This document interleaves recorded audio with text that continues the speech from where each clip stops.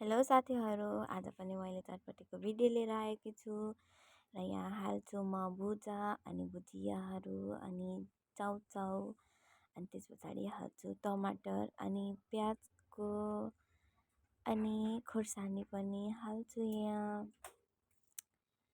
आज चाहिँ म ड्युटीदेखि आउने बित्तिकै चटपटी खानु मन लाग्यो अनि यो चाहिँ फुड कलर हो। यो चाहिँ रोज टमरिनको झोल हो, अमिलो। अनि यो चाहिँ नुन अजिना अनि खोर्सानीको अनि चटपटी म चाहिँ मोल्दैछु। आज ड्युटीदेखि आउने बित्तिकै चटपटी खानु मन लाग्यो नि त, अनि साथीहरूसँग चटपटी बनाएर खाऊँ भनेर अनि यो चटपटी फाइनली भइसक्यो। अनि म चाहिँ यहाँ लाउँछु साथीहरूको लागि चटपटी। साथीहरूको चाहिँ फेस नदेखाऊ है भनेर भन्छ नि त, अनि त्यही भएर मैले चाहिँ फेस नदेखाएको, आधी आधी मात्रै देखाएको।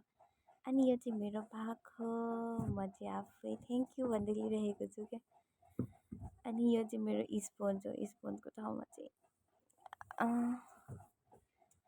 म चाहिँ खान्छु है साथीहरू।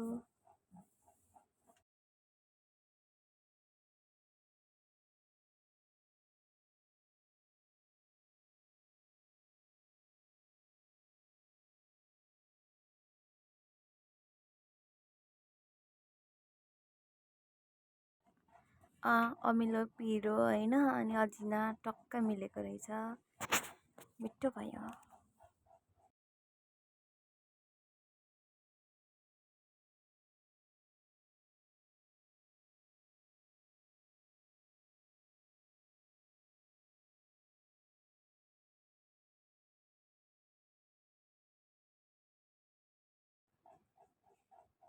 अनि अरूलाई चाहिँ के चटपटी कसरी खानु मन लाग्छ होइन, तर मलाई चाहिँ सकेसम्म गिलो गिलो चटपटी खानु मिठो लाग्छ कि।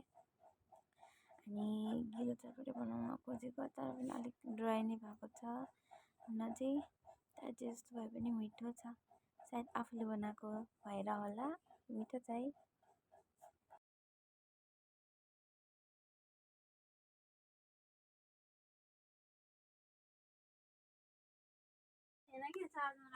म चाहिँ नि खाँदै नाटक गर्दै कि यताउति हल्लिँदै खाइरहेको छु। साथीहरू मलाई चाहिँ चटपटीसँग यो माम खानु, भात खानु चाहिँ साह्रै मिठो लाग्छ कि। चटपटीमा मोलेर माम खानु चाहिँ मिठो लाग्छ। अनि माम पनि लिएको छु यहाँ, भात पनि। मलाई चाहिँ मिठो लाग्छ है चटपटीसँग मिसाएर खानु क्या, साह्रै मिठो लाग्छ।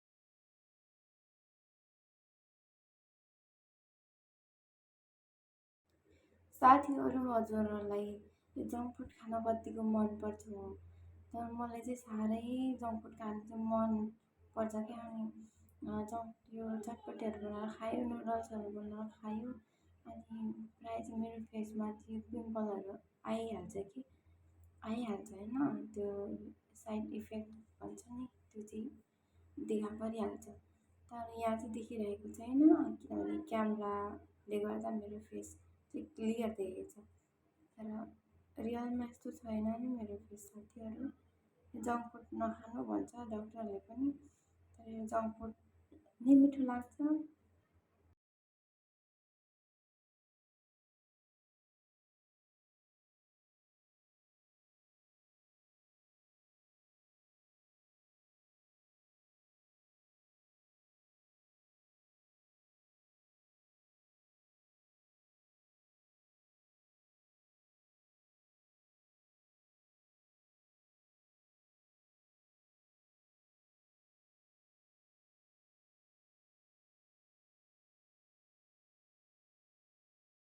साथीहरू, अब तपाईँ हजुरहरूले सोध्नुहुन्छ होला किन पकाएर खाएको भनेर, हातमा किन लिएर खाएको भनेर भन्नुहुन्छ होला। तर खासमा चाहिँ राखेर खानको लागि टेबलै छैन कि, र हातमा पक्रिएर खाइरहेको छु साथीहरू। अनि आज चाहिँ फेरि स्पन्ज मैले भेटिनँ, कहाँ राखेको छु पनि भेट्दा पनि भेटिनँ। अनि यसैले खाइदिएको म त, यो माम पस्किनेले नै खाइदिएको के साथीहरू।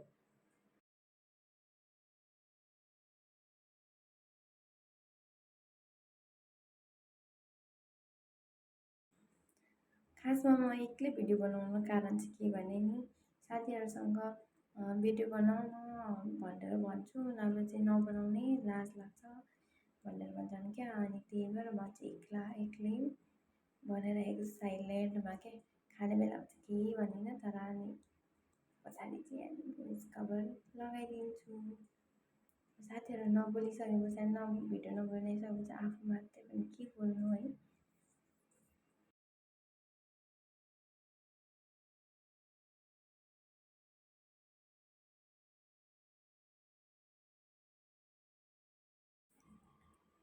मेरो भिडियो हेरेर त्यत्तिकै छोडिदिनु चाहिँ पाइँदैन है। एक लाइक अनि कमेन्ट चाहिँ गरिदिनु पर्छ है साथीहरू।